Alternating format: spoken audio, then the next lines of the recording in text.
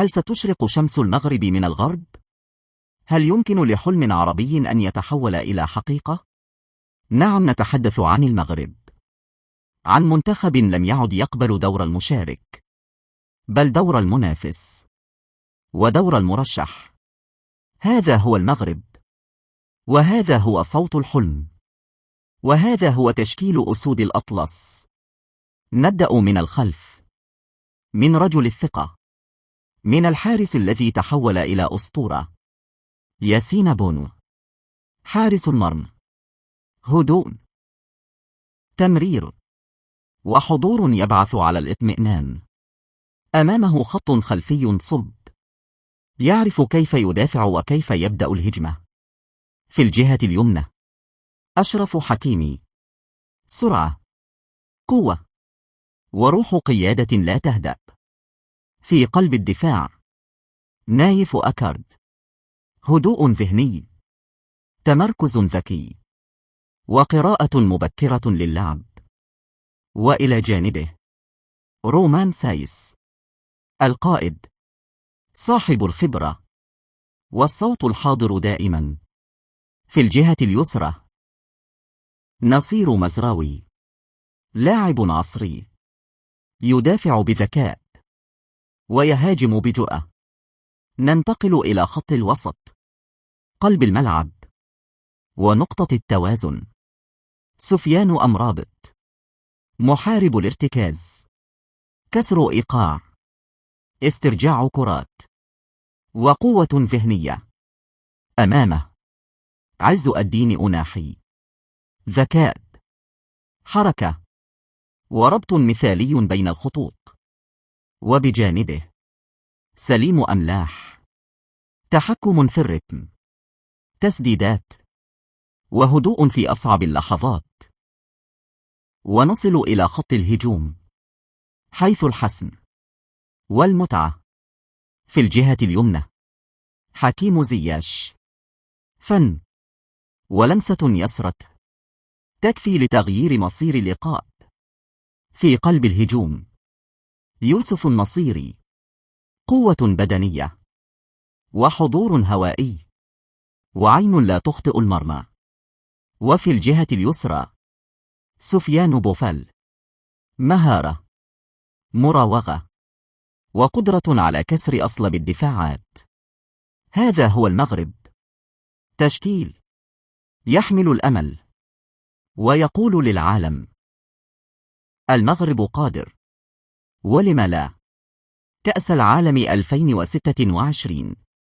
ولكن قصة المغرب لا تقف عند التشكيل، بل تبدأ من خلف الكواليس، من حيث يصنع الإنجاز، من الالتزام، من العمل الهادئ، من تطوير البنية التحتية، ومن إيمان دولة كاملة بأن كرة القدم ليست لعبة فقط، بل قوة ناعمة ووجه للوطن.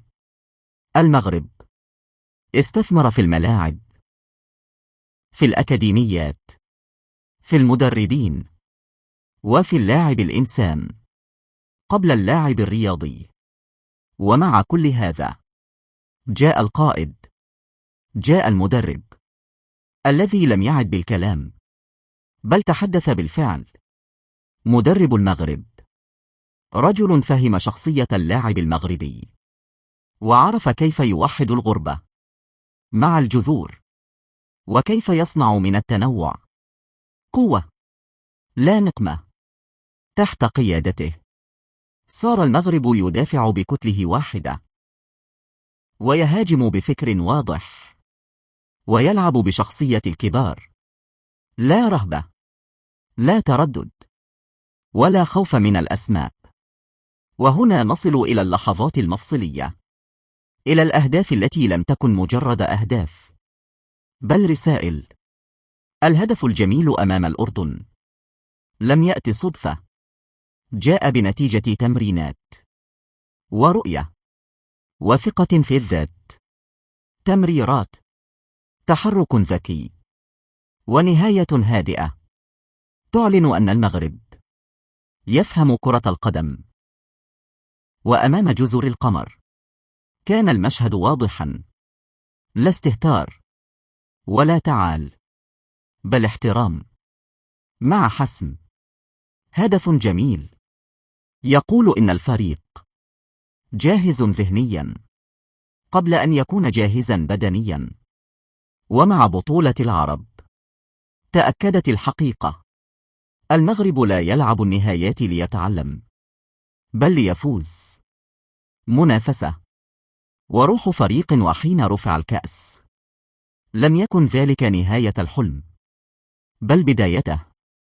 وفي بطولة إفريقيا كان الافتتاح جميلا، والفوز أمام جزر القمر تأكيدا على الجاهزية. افتتاح بهدوء، وفوز بثقة، ورسالة لكل المنافسين: المغرب حاضر، والمغرب يعرف طريقه. والآن ننظر إلى الأبعد. كأس العالم 2026، مجموعة ستضع المغرب في اختبار حقيقي أمام منتخبات تملك الخبرة والأسماء، ولكن المغرب يملك شيئا أهم، يملك الشخصية والإيمان والجرأة على الحلم. وهنا نسأل: لم لا؟ لم لا يذهب المغرب بعيدا؟ لم لا ينافس؟ لم لا يكتب التاريخ؟ المغرب قادر، لأنه يلعب بقلب وبعقل وبوطن خلفه. كل الاحترام والتوفيق للمنتخب المغربي.